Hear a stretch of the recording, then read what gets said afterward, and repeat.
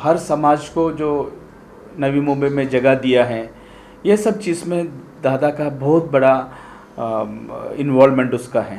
क्योंकि हर समाज को अभी अपना मंदिर बनाने का, अपना समाज का हॉल बनाने का, सभी को इन्होंने साथ में रह के सबको अपना अपना समाज को, अपना संस्कृति आगे बढ़ाने का मौका दिया है। He could understand the pulses of the people. That is the main quality we have observed, from him. Actually, we can also learn so many things from him.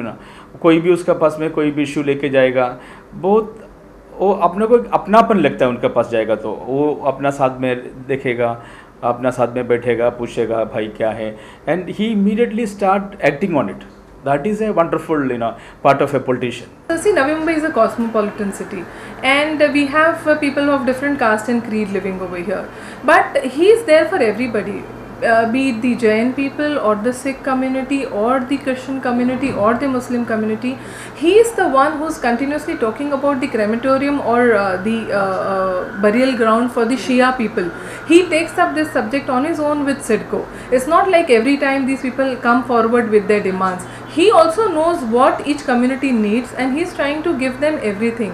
He feels that when you're living in this city, all your needs should be completed, and for that he keeps on working. And I think that is why everybody, any person who's from any community respects him. And I think it's not just respect, it's love for him, and that is for a leader, getting respect is okay, but getting love is, I think, very commendable. तो दादा हे अतिशय शून्यातून ज्यांनी विश्व निर्माण केलं त्यापैकी दादा आहेत.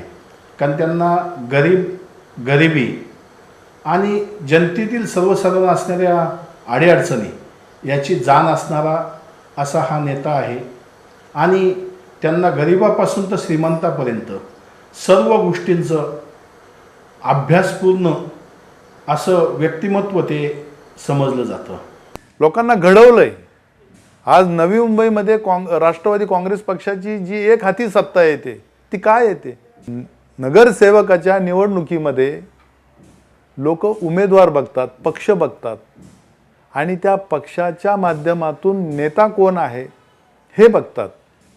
आणि म्हणून एक हाती सत्ता ही त्या ठिकाणी तो त्या ठिकाणचा नगरसेवक निवडून येऊन जास्तीत जास्त त्या ठिकाणी त्याला मते मिळून तो निवडून येतो. म्हणजेच दादांचा आशीर्वाद, नवी मुंबईमध्ये राष्ट्रवादी काँग्रेस पक्षाची ताकद आणि त्या पक्षाला खऱ्या अर्थानं ज्या जनतेला न्याय पक्षाच्या माध्यमातून देण्याचं कार्य दादांचं कार्य. नाईक साहेब एक असा आदर्श आहे नवी मुंबईमध्ये की त्यांच्या तोडीला उत्तर देणारा राजकीय नेता नवी मुंबईमध्ये अद्याप तयार झालेला नाही. एक प्रामाणिक नेतृत्व,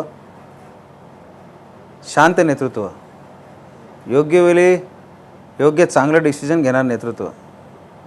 नवी मुंबईची जनता नाईक साहेबांकडं मोठ्या भावाच्या रूपाने सगळे त्यांच्याकडे पाहतात. म्हणून त्याला नवी मुंबईची जनता दादा म्हणते. पालक वो होता है जो अपने सभी को ध्यान रखे.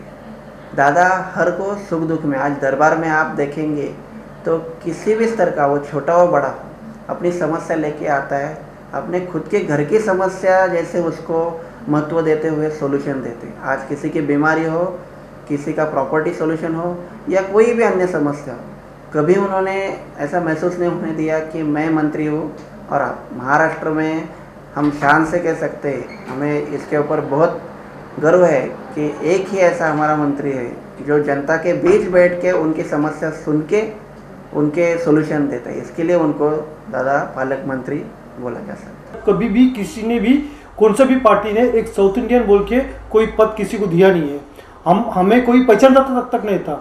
और जब हम जाते थे हमारी देश में, हमारी गांव में, तो उधर के लोग हमें बोलते थे कि भाई तुम तो बॉम्बे के हो, महाराष्ट्र के हो, और इधर के लोग बोलते थे हम उधर के करके.